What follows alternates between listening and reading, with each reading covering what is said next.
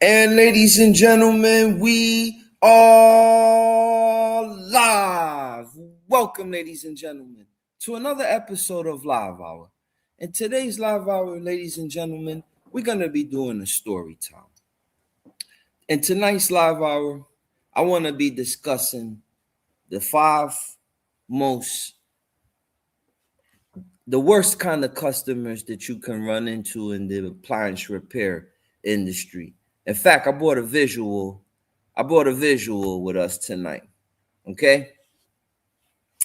Welcome, ladies and gentlemen, to another episode of Live Hour. Tonight's episode is going to be the 5 worst types of customers that you can go into a customer's home. All right. But before we get into that, I'd like to send a special shout out to my man, Mike. Michael, what's good, man? Look at my man out there looking fly and stuff. That's what's up. All right, guys. So before I get into tonight's 5 different types of the worst customers, I'd like to give you guys some context to tonight's show. So as you folks know, I've abandoned my entrepreneurial ways. Somewhat. I walked away from my business. I no longer own and operate TMM Appliance Repair full time. I no longer do that. As you guys saw in my last live hour, I said I'm going to take a step away from the business and I'm going to work on some other things. I told you fine folks that I was going to get back into teaching. I got this part thing that I'm working on, and I'm still working on it. I'm going to bring you guys up to speed. And 1 or 2 other things, but it just wasn't paying the bills enough. So I decided, you know what? Let me go ahead and let me use my talents, and I'm going to see what's out there in the corporate world. Now, I'm not going to lie. Big Chris, what's good? That's my man, Top Flight. So when I jumped into the, job search, I said, I'm an appliance repair technician. What can I find out there? And I applied for a few places. And, one place in particular called me. Now, I'm not going to say their names, but what I will say about them is that they're the largest appliance repair business in the country. We all know their name. I'm going to keep them anonymous. And, I think I signed up on Tuesday. They called me Thursday.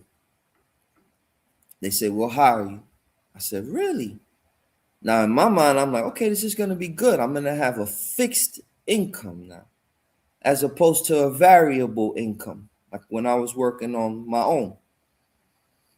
And now that I had a fixed income, I could kind of plan my life, plan my bills, and kind of know, what I'm working with.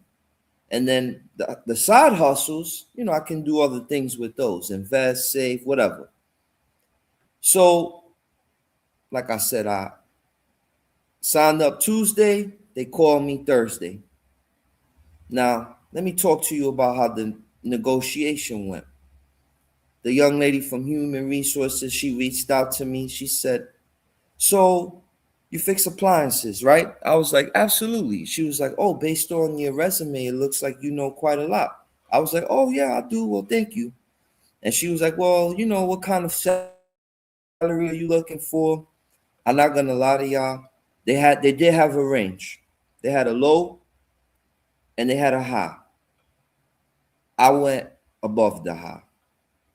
Kind of by mistake, but hey, it is what it is. And once I said a number, I realized that was for another posting. And I was like, uh-oh. I went outside of their max. But I said, you know what? I do everything. For real. Microwaves, washers, dryers, laundry, dishwashers, refrigerators, ice makers, you name it, I do it. And I said, you know what? I'm worth that dollar amount. What the hell?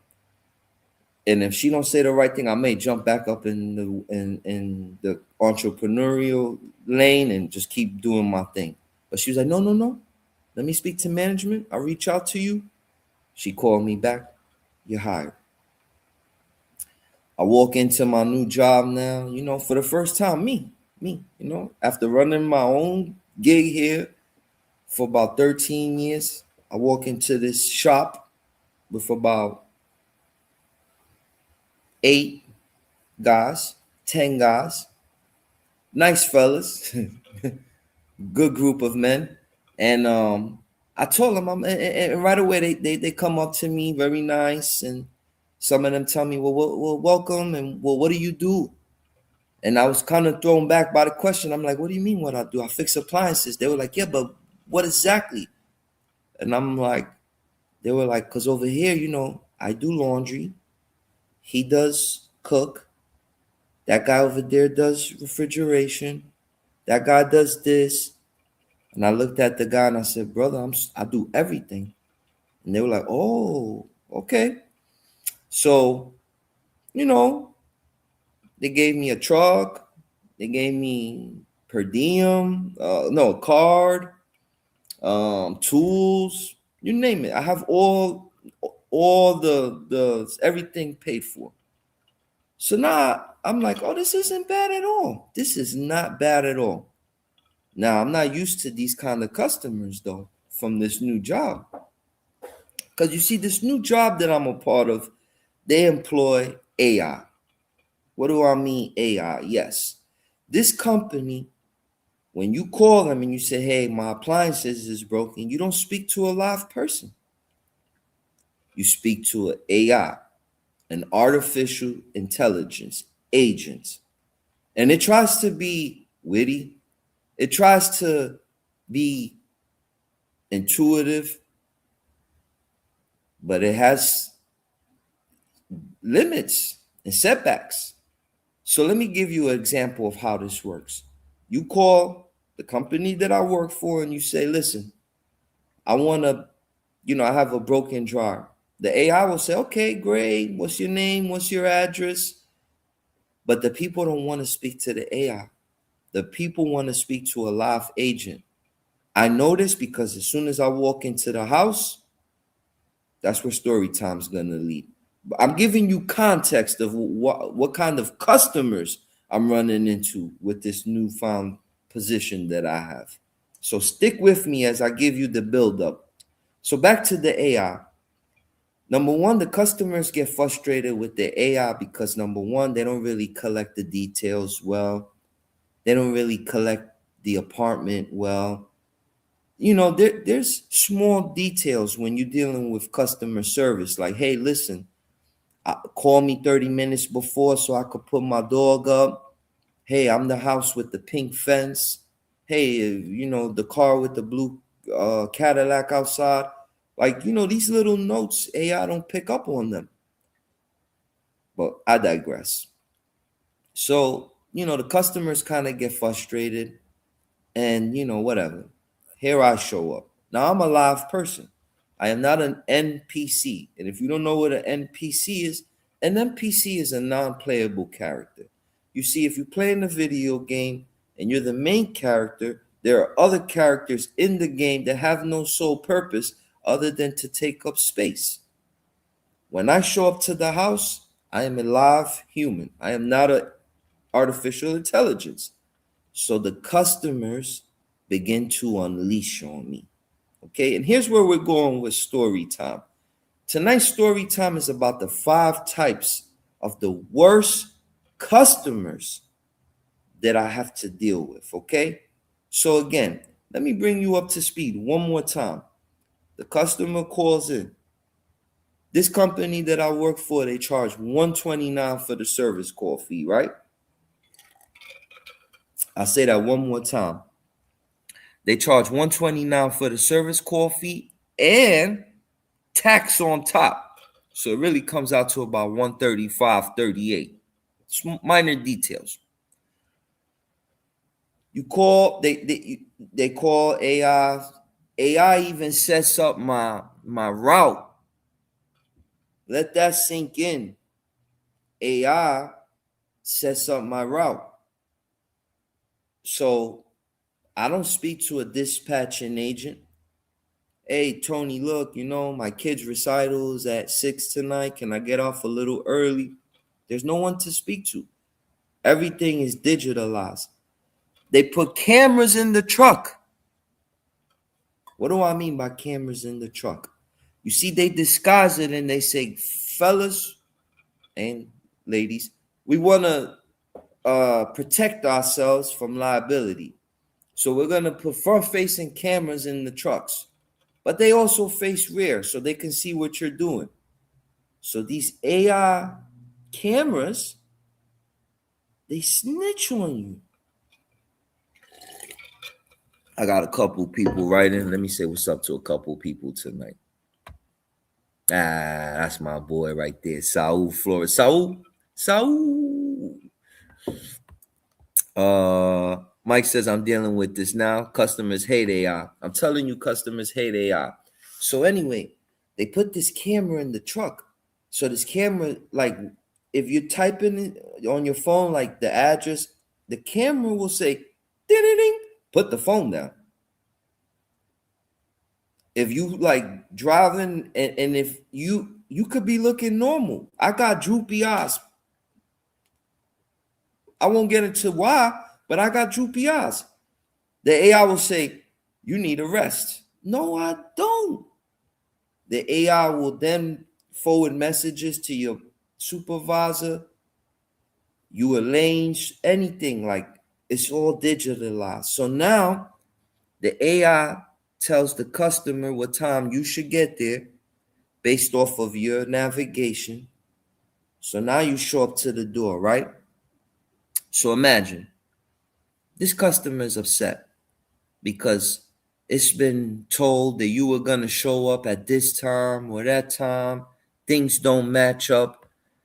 And then here you are, an innocent lamb, an innocent, pure soul with your tool bag in your hand, ready to knock on the door and perform a service, to be the hero of the home.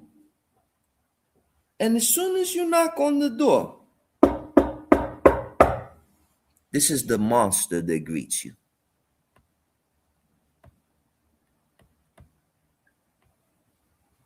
Yep, ladies and gentlemen, one of these individuals.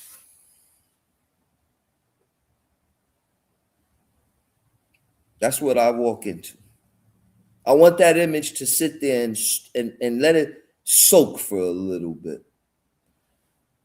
Now, granted,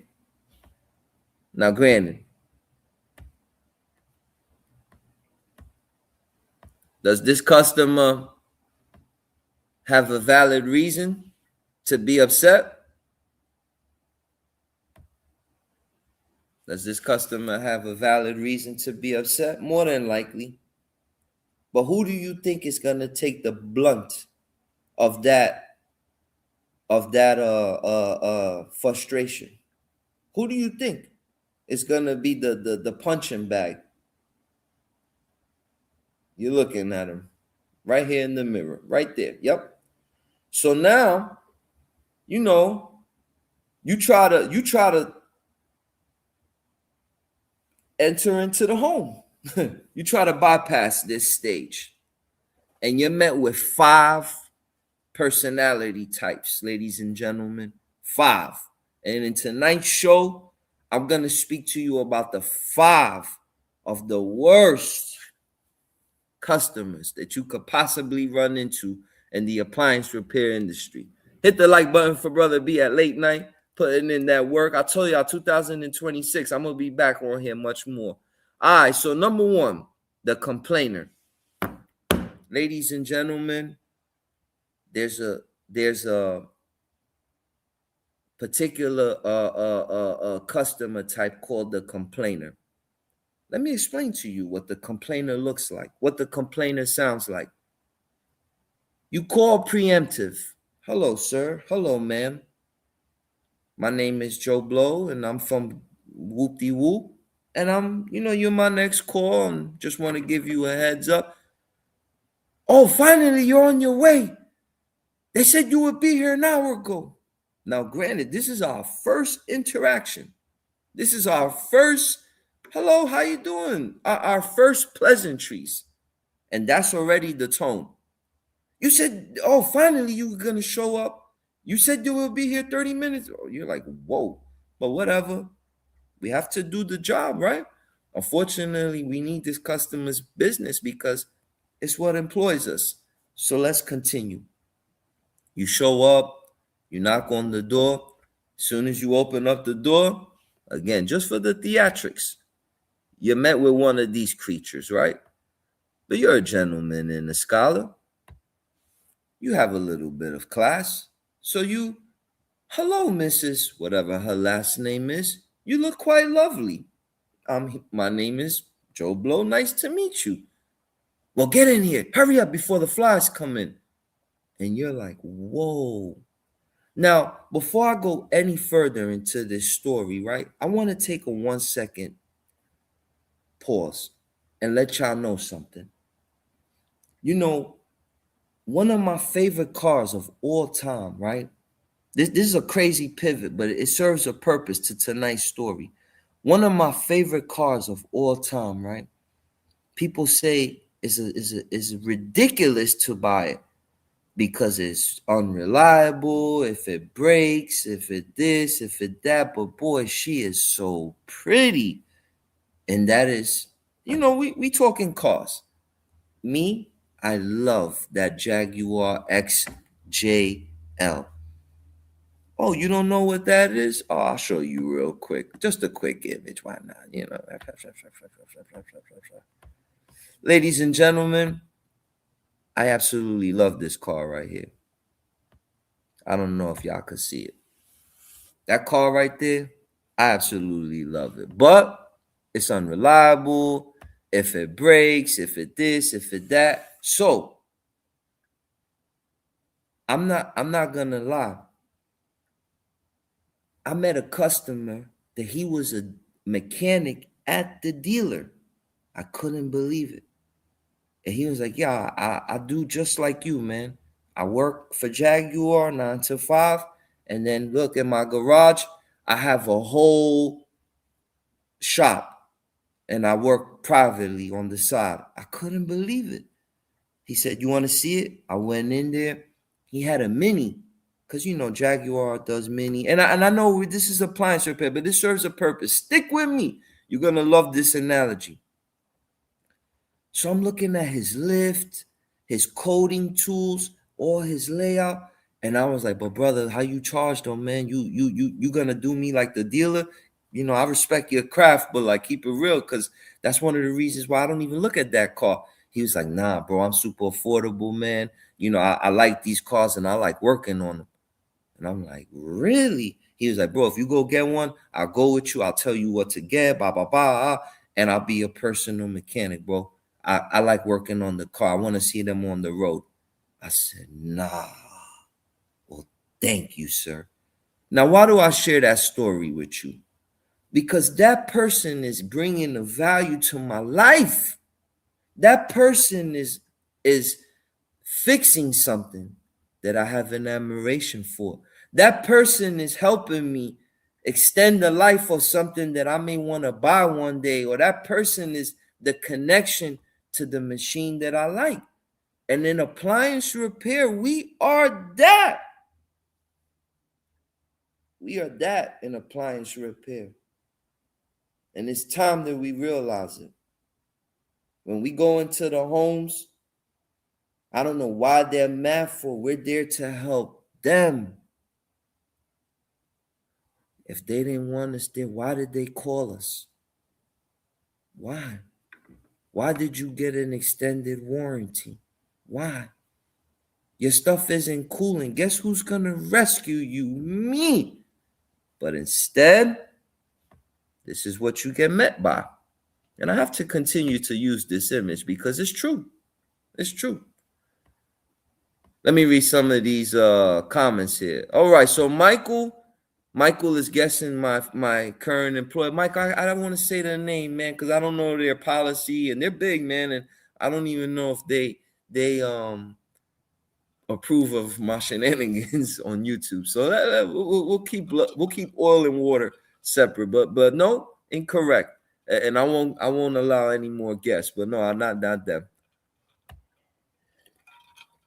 Saul, what is he saying? Maybe, but at the wrong person. Solo pro tips. Solo pro tips. Hey, thank you for tuning in, man. I can't give it up. Solo pro tips. East Atlantic Duval. What's good, brother? How you doing? Brother, that tank behind you looks like a Greg B. Man, Greg B, it's good to hear from you, son. Long time don't hear. And my good partner, Arju. All right, so now, ladies and gentlemen, that I gave in you guys context, right? Now that I've brought you up to speed to tonight's show, I had to explain to you why I'm running into these customers, okay? And I also had to explain to you that what's the dynamic of this interaction. But now we're going to get into the 5 types of customers. Number 1, the complainer.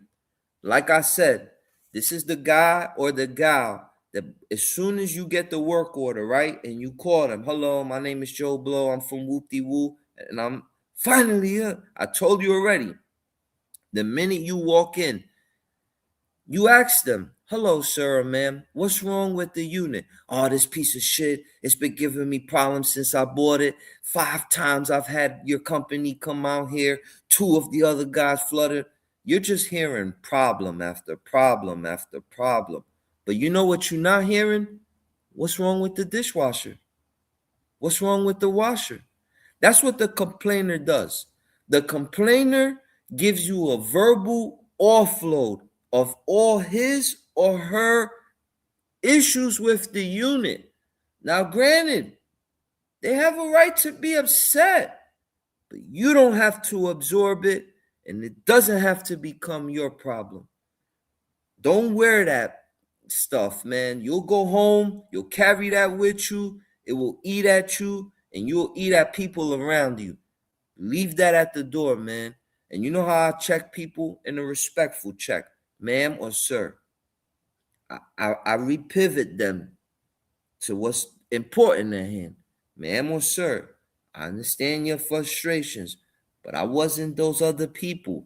I'm here for what's originally wrong with the dishwasher. So please, what's wrong with the dishwasher? And then you may get 1 or 2 sentences of truth, followed by another 10 sentences of complaining. The complainer is a tricky customer. You got to handle them with care.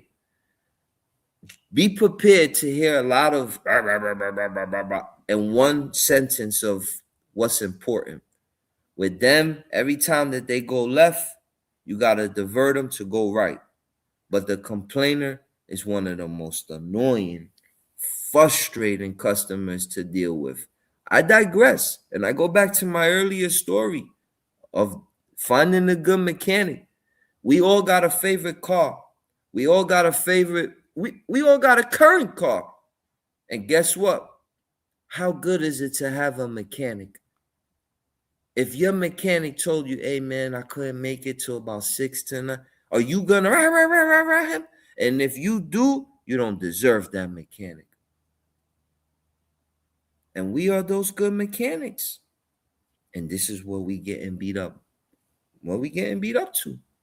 All right. Now, there's some good customers, and I'll talk about them in the future show. But tonight it's about the 5 worst. So again, customer number 1, I call it the complainer. You can recognize that one because no matter what you do, no matter what you say, it's complain, complain, negative, negative, negative, negative, complain, complain, complain. Like I said, ladies and gentlemen, wipe that off. Don't bring that home. Divert. Tell the customer, look, what's wrong with the unit? Keep going back to what's wrong with the unit. And don't internalize that. All right. Let me read number 2. All right. Number 2 is the debater. Oh man, the debater. Oh man, that's a rough one, man. Oh, we've all dealt with that one. Let me tell you what the debater looks like. So you call, right? Again, everything begins with the initial call. I have a good ear to spot these customers. It all begins with the interaction. Hello, how you doing? The normal response would be, "Oh, I'm fine. Oh, thank you for calling me back. Oh, yes, my address is this and that, and my name is Peggy Sue, and I have a white house and a pink roof, whatever." That's the normal response of an interaction. This is what the debater sounds like. "Oh, yes, hello, how you doing? My name's Joe Blow, and I'm calling from Wooty Woo Appliance Repair. I'm about 30 minutes away. Did they give you the right address?" "Oh yes. Let me tell you what they gave me. I have 123 Smith Street." "Oh yeah, because the last one he had 123 Albertson, and that's not it. You sure you have the right one?" "Oh yeah, yep. The one that I just read you? Yep, that's the one." "Oh, okay. Well, just make sure you got the right one, all right?" "Okay." So again, here you come, you drive, you pull up with your truck.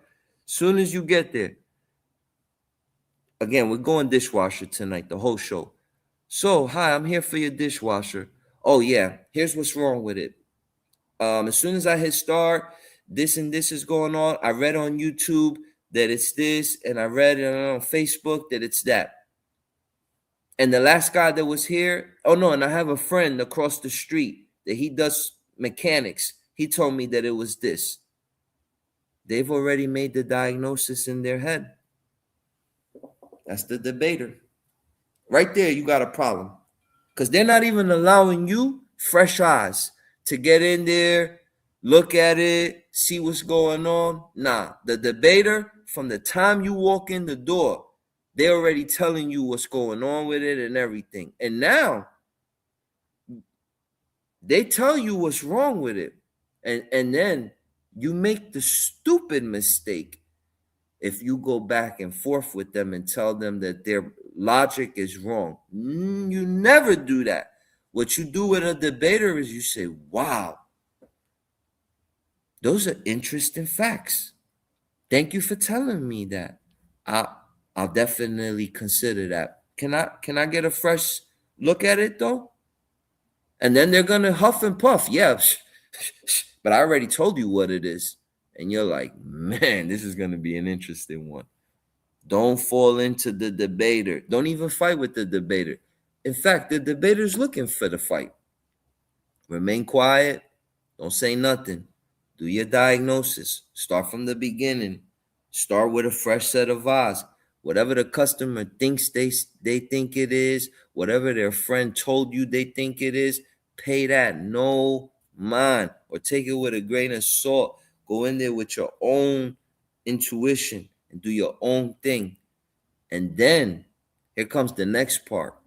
When you actually find the problem and you have to explain it to them. What I do is I don't even waste my breath. I bring the customer right down to the unit and I point, like, "Look, right there, that's your issue." Because at that point, they can't fight with that. And even at that point, they'll probably tell you something like, "Oh, well, I'm not the technician."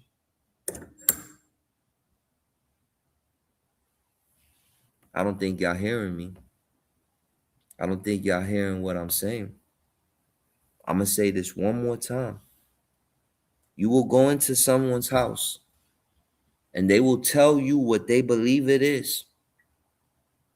And then they will get mad at you for going a step above and beyond to validate what they're saying is true. To then come to the conclusion that what they said was not true. And then for them to say, "Oh, well, I'm not the technician." I don't think y'all hearing me, man. I don't think y'all hearing me. Let's get into number 3. The impatient.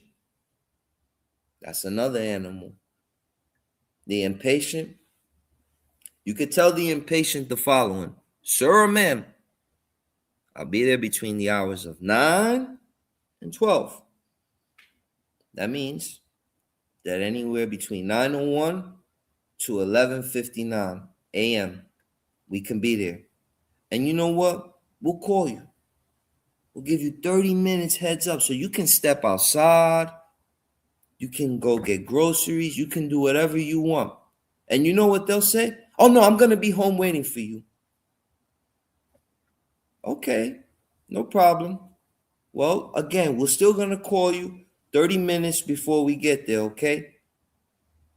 Now, before the window even gets there, hey, do you have an ETA of when you're going to be here?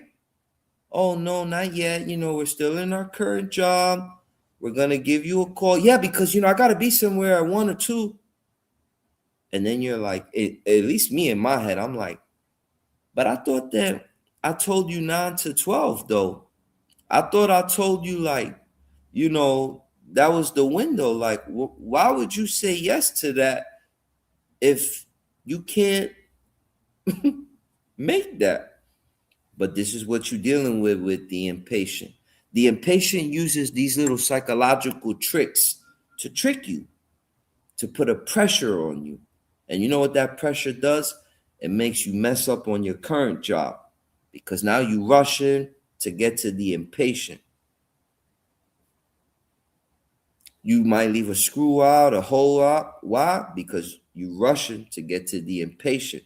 You've let the impatient penetrate your aura, and now it's affecting you in your current. I don't let it affect me no more. With the impatient, I'm very respectful. I've learned how to navigate now. After 14 years, I've become all right with dealing with them. You know what I tell them? Sir, ma'am, I have some wonderful colleagues that I can refer you to. Ooh, the best the money could buy. Would you like me to refer you to them? The old me, I would have been like, man, find somebody. No, not no more. I've become diplomatic on the way I curve my customers. I no longer do them in a disrespectful manner. And you know what they tell me? No, I'll wait for you. I'll wait for you. So again, the impatient is just, oh no. And then when you're doing and no. The impatient gets even better. You show up. You start doing your diagnosis. And as you're doing your diagnosis, you'll hear it. The impatient. It's like this.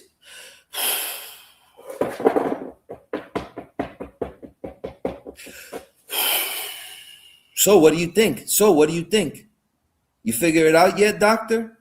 And you like, yo. Again, these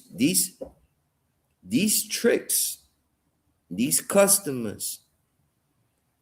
I'm gonna get a little spiritual, y'all. Y'all heard? Look, I got some foil around here somewhere. I'm gonna wear a foil tin cap for 2 seconds. I'm gonna just tell you my little personal belief. We don't wrestle against flesh and blood only, because we wrestle against that, definitely. Oh, but we also wrestle against spirits and principalities. I know I'm going a little left. Just please stick with me. And you know what? I believe that it's certain, inner. Man, I don't want to try to think I'm crazy. It's people carry certain traumas. People carry certain, things inside of them that, when you're going into their house, if you have if you're coming from a place of pureness, or you coming from a place of, like, righteousness, you can be infected. And I don't even know if that's the right word. You can be, yeah, I think that's the right word. It could rub off on you, that person's aura. So, like, I try to safeguard myself, man, from that. I don't allow people's energies. I don't, at this phase, I don't allow their, their traumas ain't my traumas. Like, that's what they dealing with. That's not what I'm dealing with. Like, I don't got them issues. And I've learned that, like, you gotta keep your sanity. So with all that, I'm going left, and I don't want to go left. With the impatient, that's something going on, and that's not gonna be my problem. So with the impatient, I do my best to explain to them that, if you can't operate within my rules and how I get down, then I can't help you. And I notice that when I always offer them, I can't help you part, it buys me a little time before they go back to their impatientness. Ladies and gentlemen, hit the like button. I'm preaching tonight. I got a couple comments. Let's read them more. All right. All right. Arzu. Oh, I agree, Arzu. My favorite customer is unit vacant, code provided, invoice paid within 24 hours. Yes. I love those unit vacants lock boxes. Oh man, you can go 9 o'clock at night, 7 o'clock in the morning, 2 o'clock in the morning, whatever you want to do. You can go in there, nobody bothers you. I love those jobs. Oh, those are the best. I love those. Ooh. All right. Yo, shout out to you, Arzu. Okay, look, Leon 87 says spot on. And thank you for tuning in, brother. He says, spot on. I've learned to just listen, hear them out. I figure they just hungry, angry, lonely, or tired. Listening is the highest form of flattery. Again, spot on. That's my guy right there. You're a good man. I like your avatar too. Shout out to the samurai culture. All right. Beefcake, what's good, man? How you doing, Beefcake says they're all too busy, and all of my customers have doctor's appointments and screw up my schedule. Man, I'm telling you. And it always just so happens to be when you're available, your window, it's like, well, if you can be here, just putting pressure on you. That's the problem with the impatient. Lion says, ouch. Principality speak, though. I hear y'all. That's my guy. I like this guy. All right, what are we going on to next? All right, the angry. I got two more. The angry and the I'm not a technician. All right, those are the final two of the worst type of customers you could run into. Is the angry. All right, let's get into the angry. The angry, you got to be careful with the angry.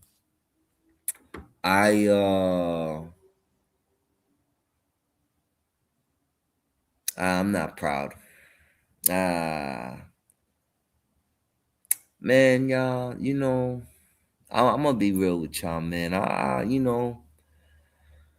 try my best, man, to be love, peace, and harmony, man. I try to be smiles. I try to be cool. I really do. Like, if you give me a choice, my choice is, man, I'd rather just smile, be cool. That's really my personality. But I do sometimes I bite, and I should just keep my mouth shut.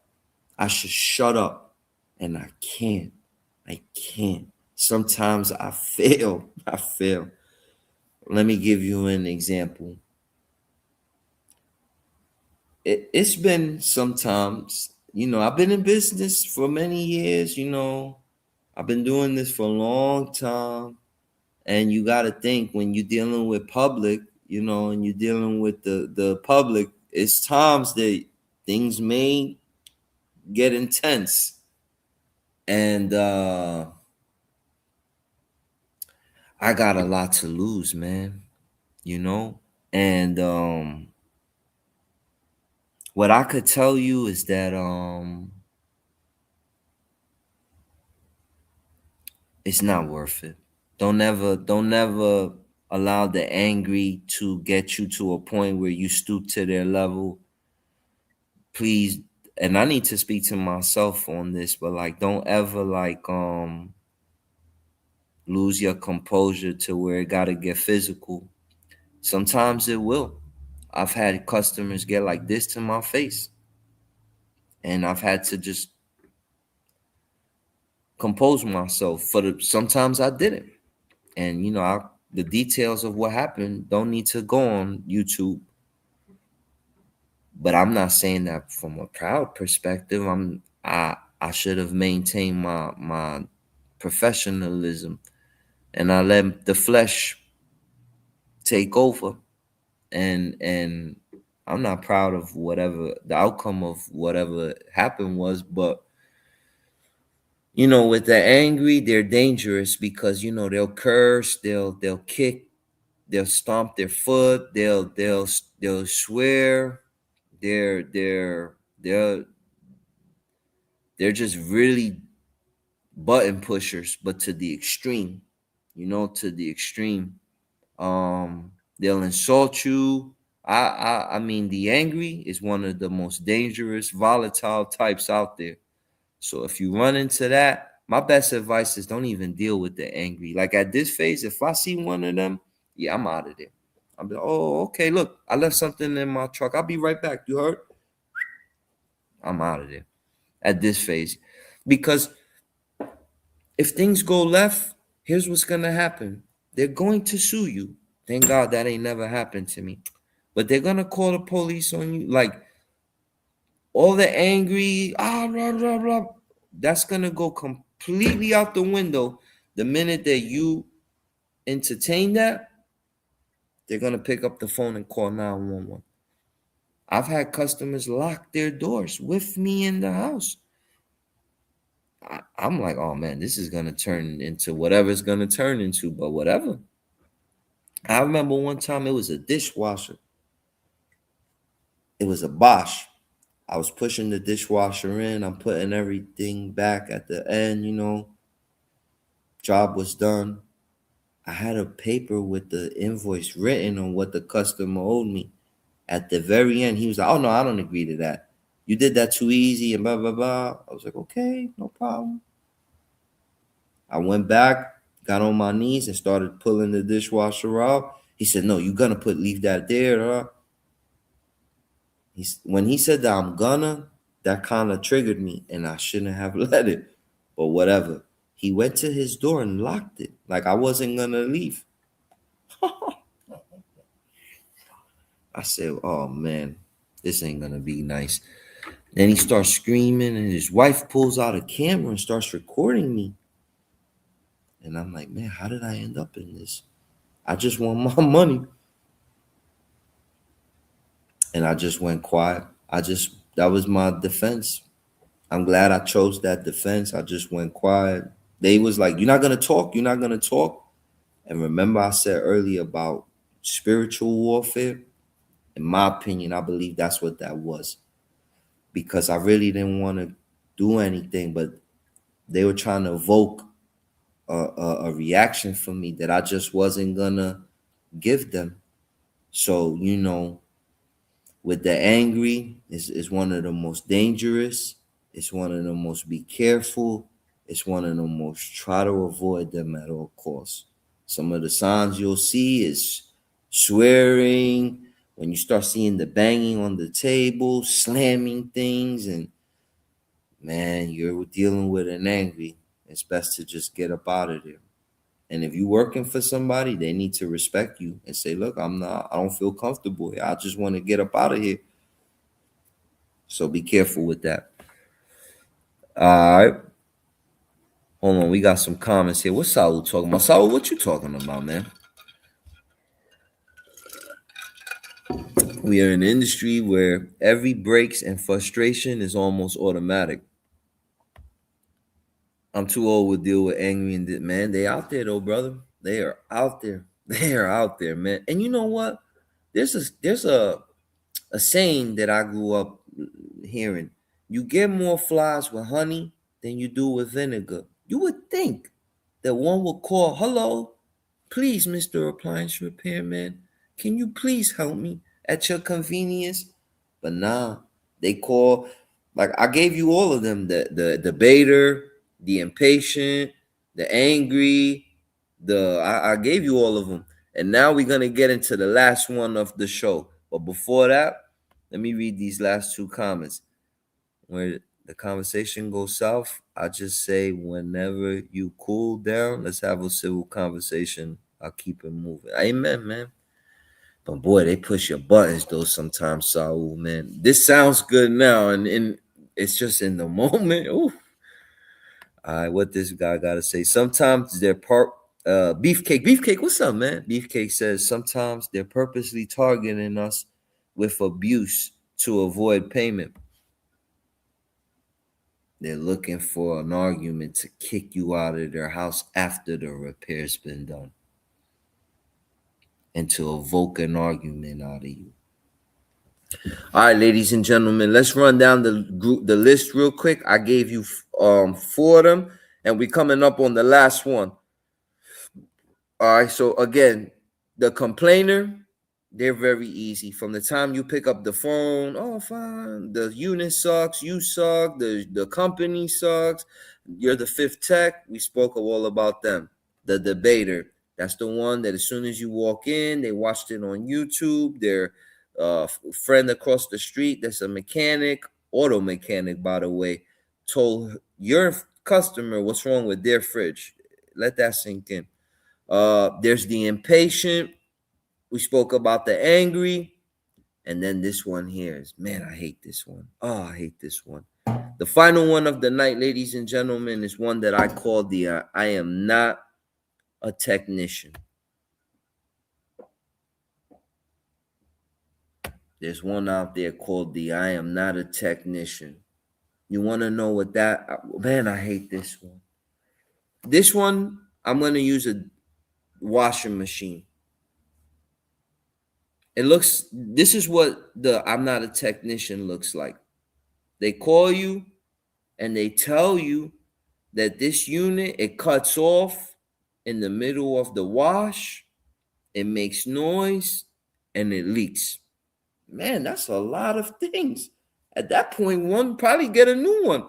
But no, they want to fix it. Okay, I charge $129, whatever.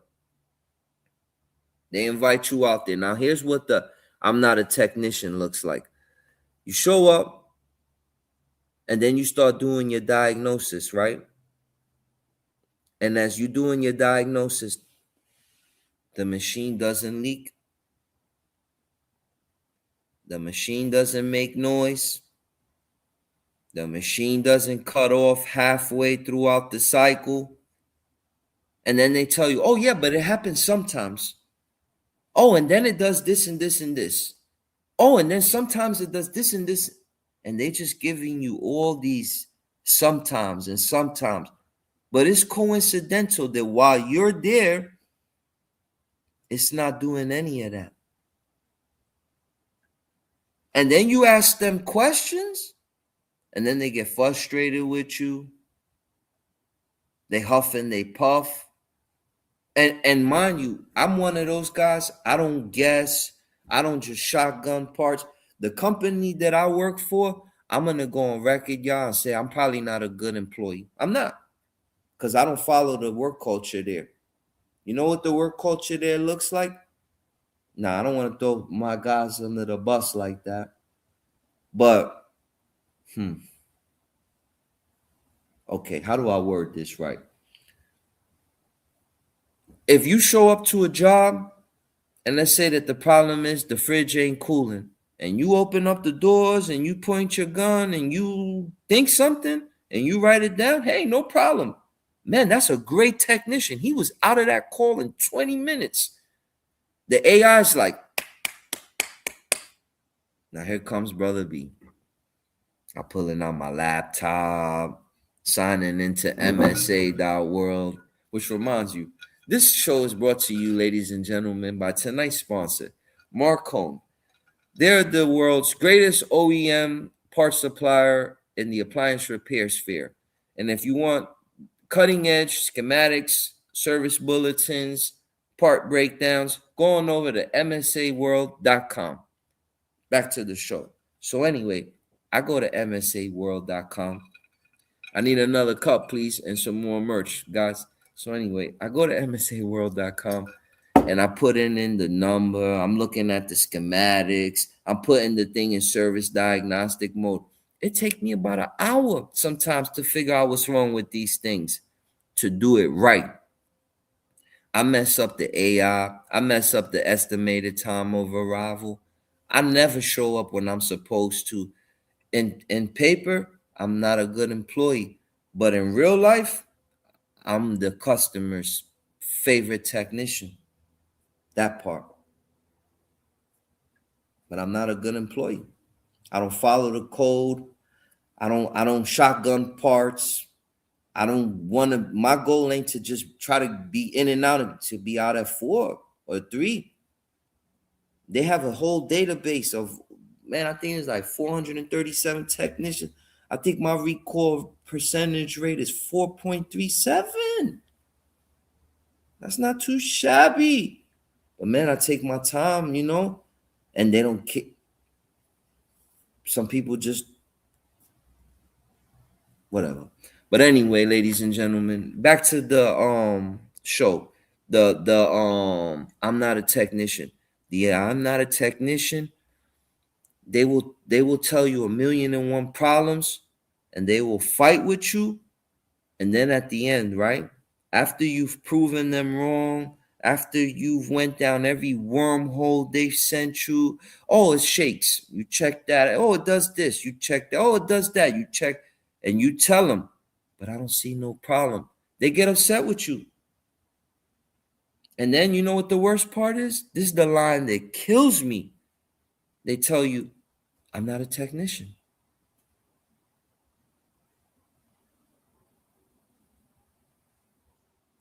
Well then, sir or ma'am, if you're not a technician,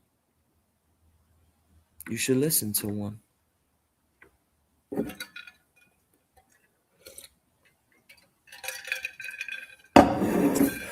And with that said, ladies and gentlemen, that wraps up tonight's show.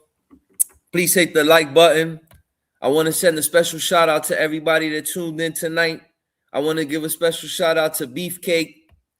I want to give a special shout out to Saul, Lion, Arzu, Michael, Greg, Solo, Pro Tips, East Coast Duval, Top Flight, and everybody else that joined in.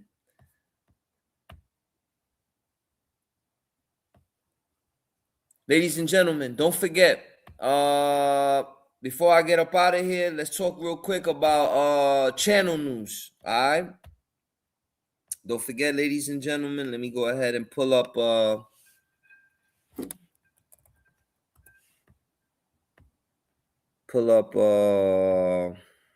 we gotta pay the bills here, y'all, real quick.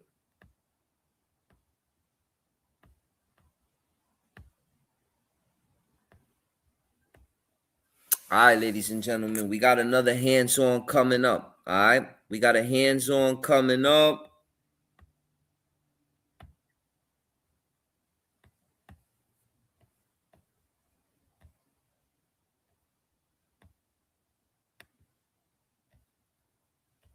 There you have it. Ladies and gentlemen, there ain't no excuse. Look, I want to be clear with y'all.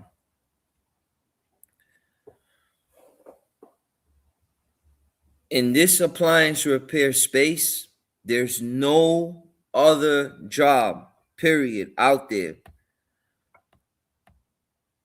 Let me share this screen. Hold on. There's no other job out there. There's no other opportunity out there that pays more than sealed systems. Okay? I respect every aspect of appliance repair. Microwaves, dishwashers, ranges, refrigerators, All of the appliances give money. You can get money out of anything in appliance repair. But if you want the cream of the crop, if you want the big boys, you know,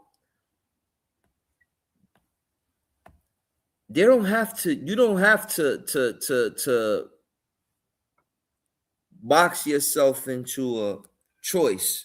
Do I have to be an entrepreneur or do I have to have a 9 to 5? You could do like me. I'm a hybrid. Not only do I do my 9 to 5s, but I still got my regular customers that have been calling me for years. I don't know how they find my numbers. I still got warranty companies that I forgot to turn off that's still blowing me up. I have one company that they decided to shut down their operation. So all of their overflow is coming to me. I don't know what to do with work. I'm more busier now than I've ever been in my life. But you know where's my bread and what's my butter? Sealed system repair. When I spoke earlier today about negotiating prices, negotiating rates, negotiating salaries, you know what was my leverage point? Sealed system. And you know, when I speak to people who are in position, who do this line of work, after 2 or 3 minutes of us talking, they know that I know. And I know if they know, if that make any sense to y'all. But what I'm trying to say is this is the cream of the crop. Not only does Seal System handle high-end stuff like your built-ins, but once you learn this, it translates over to other stuff like under-the-counter ice makers, beverage centers, wine coolers, outdoor beverage centers, marine beverage centers. Add depth to your company. Space is limited. Let me share. Well, hold up. Let me share this one last thing with y'all. Space is limited.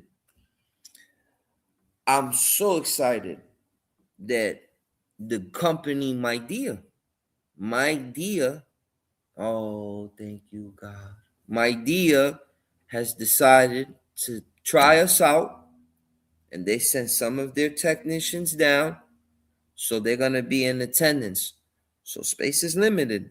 Some other people have reached out to us from Canada. Space is limited.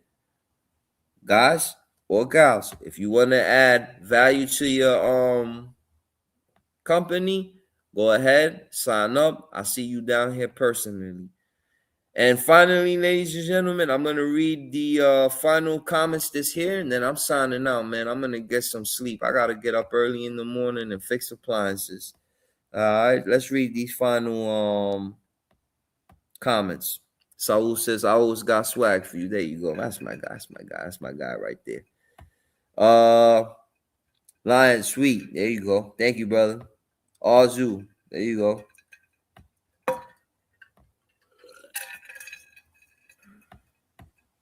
Does the class come with credited hours for text? No, that's a great question. But you know what the class does come with? The class comes with, as soon as you walk into this facility, you sit down at a desk where you have a world-class professor like Richard Zilker or myself sit down with you. And you know what we do? We teach you theory. We tell you what a refrigerator is, how gauges work, how to pierce the system, evacuate a system, charge a system, and then we turn right around. We stand up and we walk paces to our own individual units where we have our own individual tools and we work on our own individual units and we perform these practices. And guess what? After 3-4 days, when you leave here, you're competent enough to go ahead and go and get that, big money. That's what we teach here, Mr. Saul. All right. All right. I used to have customers drop off their beer coolers to my porch for leaks and compressors, then fix them at my leisure and get paid nice, good money. And then you can leave them in your garage for a day or two, pressure test them, leak test, make sure everything works good. Call the customer, hey, come pick up your stuff, get paid in cash. You gotta love it. And there you have it, ladies and gentlemen. Another episode of YouTube's premiere Off the Clock Appliance Repair Talk for Off the Clock Appliance Repair Techs. I'm your host with the most, Brother B. And you could have been anywhere in the world, but you was here with me. And I appreciate it. Ladies and gentlemen, thank you. Have a good night. Love, peace, harmony.